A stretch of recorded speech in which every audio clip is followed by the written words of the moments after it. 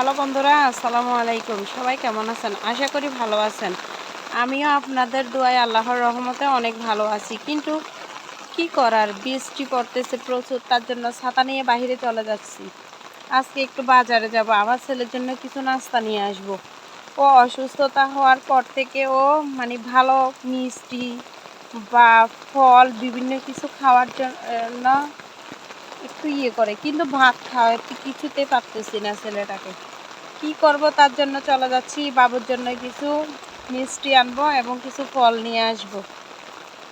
সাথে আমার ছোট বোন। আসলে কি করার বলুন, এটা মনে হয় অসুস্থতার সিজন। প্রথমে আমার ভাইয়া অসুস্থ হয়েছে, আমার ভাইয়া সুস্থ হওয়ার পরই বুঝতে আমার ভাইয়া সুস্থ হওয়ার পর আমার ছেলে অসুস্থ।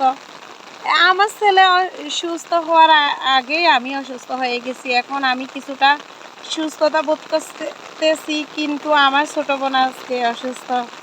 ও তো আপনাদেরকে তো বলাই হয়েছে আমার বোনের ছোট বাবু হবে।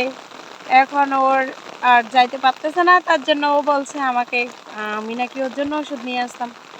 তাই ডাক্তারের কাছেও যাব, একটু গিয়ে ছোট বোনের জন্য ওষুধ নিয়ে আসবো। ছোট বোনের জন্য ওষুধ নিয়ে আসবো এবং ছেলের জন্য কিছু নাস্তা নিয়ে আসবো। তাই বৃষ্টির মধ্যে দিয়ে চলে যাচ্ছি। আমার ছেলেটা ঘুমাচ্ছে, বুঝতে পারতেছি না কি হয়, কিন্তু ওর ডেলিভারির ডেটও খুব কাছাকাছি, তো তার জন্য ভয় হচ্ছে। ঠান্ডাও আছে, কাশিও আছে সাথে। সবাই আমার ছোট বোনের জন্য দোয়া করবেন, আমাদের জন্য দোয়া করবেন। আমার ছেলেটা এখনো পুরোপুরি সুস্থ হয় নাই, কিছু খেতে চায় না, একদম শুকাই গেছে। সবাই আমার ছেলের জন্য দোয়া করবেন। দেখুন, বৃষ্টি হলে প্রাকৃতিক পরিবেশ কেমন একটা ঘোলাটে হয়ে যায়। কি আর করার, এখন চলে যাচ্ছি বাজারের দিকে। বাজারে গিয়ে আসলে আমি এখন আমার বাবার বাড়িতে, তো এইখান থেকে আমি আমার রুমে যাব। রুমে গিয়ে ওইখানে কিছু কাজ আছে, ওইগুলো সেরে নিয়ে বাজারে যাব।